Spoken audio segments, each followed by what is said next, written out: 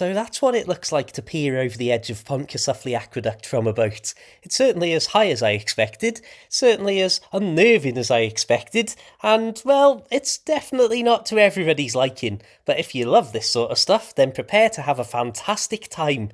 I thought I would just use a few of my old clips from a few years back when I did a few passes over the aqueduct on my humble little boat. Once, as you can see, on an extremely busy bank holiday where I literally kept grinding to a halt on the aqueduct in a literal canal traffic jam, which would almost be a comedy sort of thing if it wasn't so horrifyingly high above the ground. I've also been lucky enough to make several passes over the aqueduct with absolutely no other traffic in sight, whether that's walking, cycling, boating, kayaking, or goodness knows what other mode of travel you might be able to pass by here on.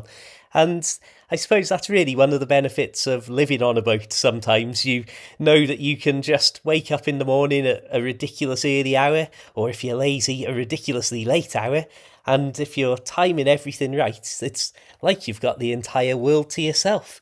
But as I say, as some of these clips are illustrating, like this one of me stationary on the aqueduct, it's not always quite like that. Just look at this clip here. This is literally the view out of my kitchen window while passing over the aqueduct. So we've got the football pitch down below, and that line of trees is just concealing the River Dee as it's travelling towards us straight down the Vale of Llangollen, which is what we're looking right down here now. This is one of the rare clips of my old boat in action without me at the tiller. That's my wonderful nan and grandad fetching the boat towards me, and I've got to say that when I see the boat in some of these old clips, and I think I lived on that tiny boat for 5 years.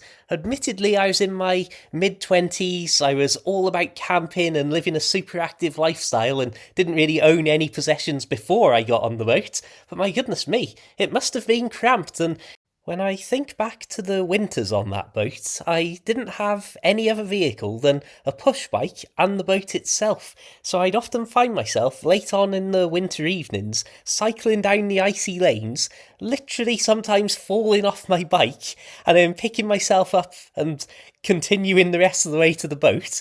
If it was a particularly frosty night, then of course the boat would have gone cold and very chilly while I was out, and so I'd get in, I'd get the fire lit, and honestly, how quickly a tiny boat like that would heat up when there was a roaring fire inside it. Absolutely wonderful, and an amazing sense of cosy relief after being out at work and out in the cold. But my goodness me, I don't know if I'd do it again now. I'm too old and I'm fragile and frail now.